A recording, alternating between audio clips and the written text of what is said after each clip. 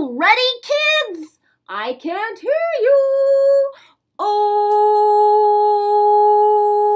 who lives in a pineapple under the sea?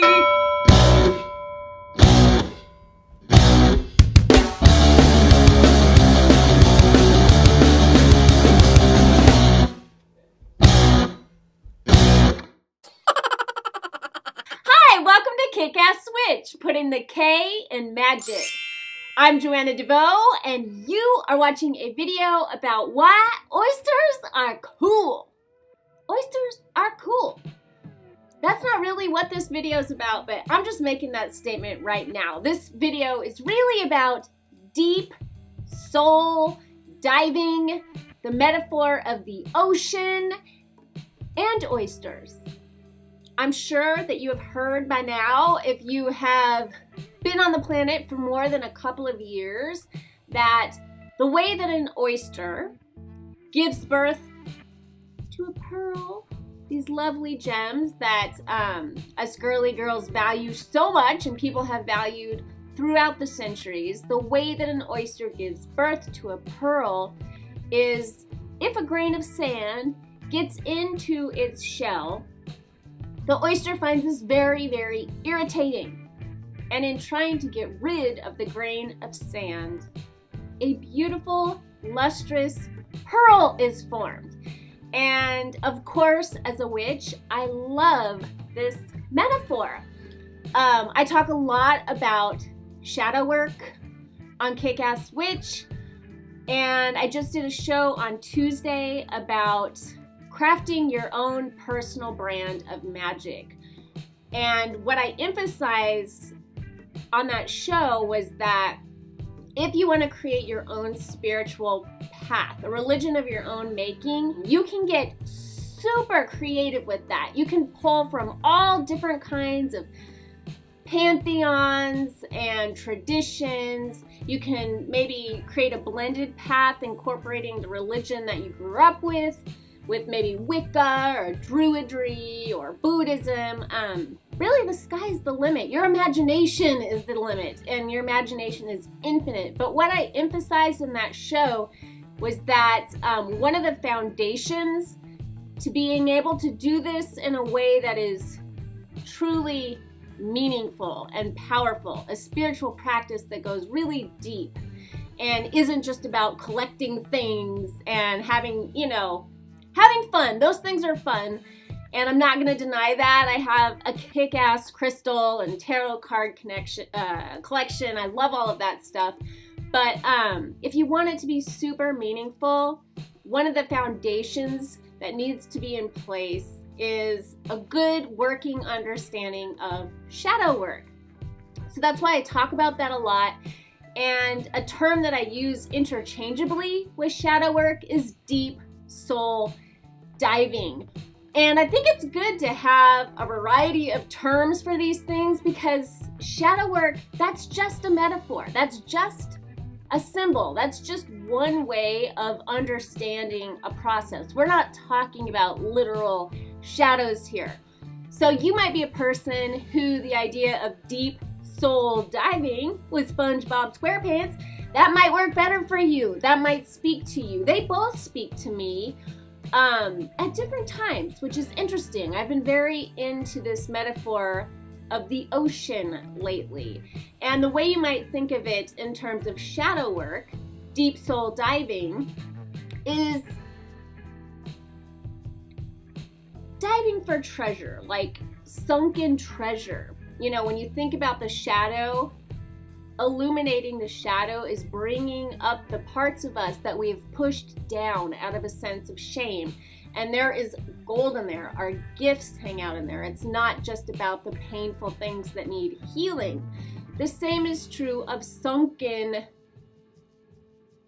treasure, like sunken treasure ships that are down at the depths of the ocean, sometimes where people can't even reach because the pressure is too great and will kill us if we try to dive that deeply down into the ocean. It's a very, very dark and scary place where bizarre creatures live and thrive, creatures that look like something from our nightmares.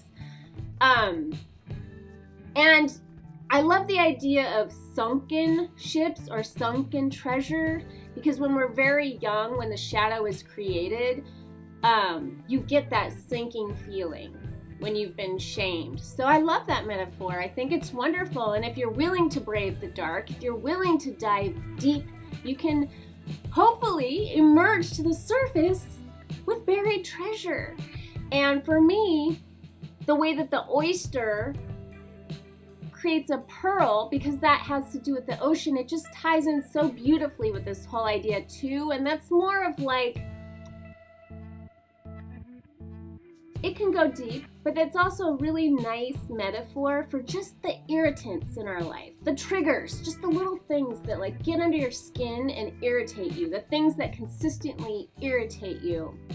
If you let them irritate you consciously, if you bring presence to that irritation, you may be able to turn it into a pearl. You may be able to find the gold in it. So I did a little blog post down below about the wounded healer and how we are people who are willing to do some deep soul diving. And I broke down like 3 steps to doing deep soul diving if you want to do it on purpose, if you want to kick off that process on purpose, although I just recommend letting life guide you, because it's going to give you plenty of opportunities to dive deep. And then also just randomly and for the fun of it, I had this whole possibly goofy but witchy fantasy about how cool would it be if we had a tradition in our culture, which we totally do not, and I doubt that I'm going to be starting this tradition here on YouTube by saying this in a video, but wouldn't it be neat if our wounded healers, we could recognize the depth of the deep soul diving each healer had accomplished in their life and what kind of pearls of wisdom they had to offer by the length of the rope of pearls they wore around their neck. So when you began the shadow work, when you began the process, the first conscious step in deep soul diving, when you re-emerge with that first symbolic, metaphoric pearl, you get to go out and buy yourself a real pearl to commemorate the moment, to reward yourself for a job well done, and you slide that on your little piece of silk, and you have the beginning of what is going to be a strand of pearls. And then we'd have all these really cool, wise elders. I know my imagination is running amok with me right now, but just roll with it because it's fun.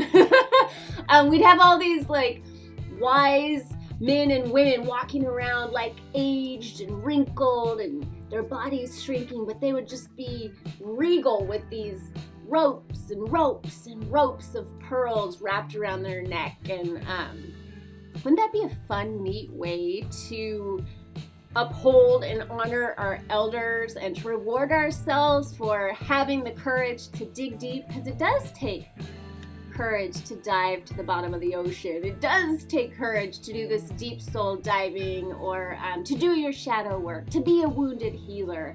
But that's work that I love. I really, really enjoy that.